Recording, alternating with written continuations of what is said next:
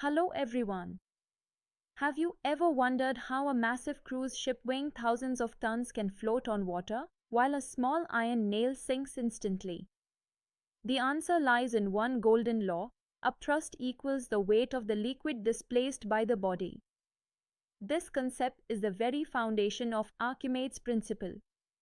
Today, let's derive it step by step and also see how it plays out in our everyday experiences with floating and sinking objects. Imagine a cylindrical body PQRS immersed in a liquid, as shown in the diagram. Its top surface PQ lies at a depth h1 below the free surface, while its bottom surface is at a depth h2. The cross-sectional area of the cylinder is A, and the liquid has density ρ. Now, remember the basic pressure formula: P equals H into ρ into G.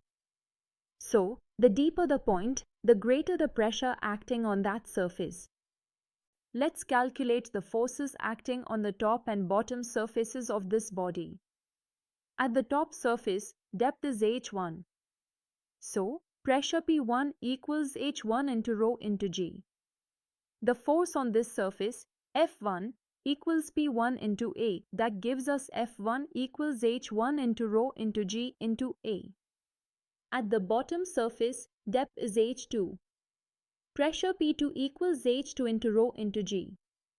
The force on this surface, F2, equals P2 into A, or H2 into ρ into G into A. Notice how F2 is always greater than F1 because H2 is larger than H1. Now let's find the resultant force, or buoyant force. Net upthrust, F subscript B, equals F2 minus F1.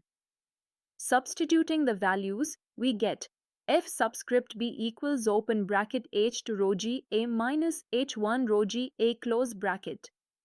Simplifying, F subscript B equals open bracket H to minus H1 close bracket ρ G A. But A into open bracket H to minus H1 close bracket equals V, which is the volume of the displaced liquid. So finally, we have F subscript B equals ρ into G into V. Now let's interpret this result. The buoyant force is equal to ρ into G into V, that's density into gravity into displaced volume. But density times volume equals mass of displaced liquid, and when multiplied by G, it becomes weight of displaced liquid. So, we can beautifully state upthrust equals the weight of liquid displaced by the immersed part of the body. This conclusion holds true not just for cylinders, but for any shape or size of body. Let's verify this with a simple numerical. Suppose a block of volume 0.002 cubic meters is fully immersed in water of density 1000 kilograms per cubic meter. What is the upthrust?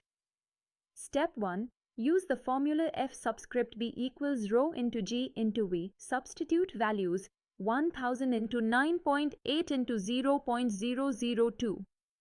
Step 2. Multiply. The result is 19.6 newtons.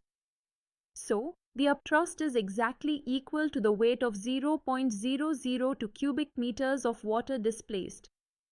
That's 19.6 newtons. This matches perfectly with our principle. So, to sum it up, when a body is immersed in a liquid, it experiences an upward force equal to the weight of the liquid displaced. This law explains why heavy ships float, why hot air balloons rise, and why lifting a bucket of water feels easier when it's still inside the well. The crux is simple yet powerful. Buoyancy is nothing more than nature balancing forces by replacing the body's weight with the fluid's weight it displaces. I hope this session made the principle of upthrust crystal clear.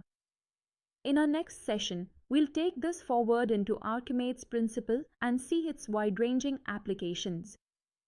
Until then, keep observing the floating and sinking world around you. Physics is at play everywhere.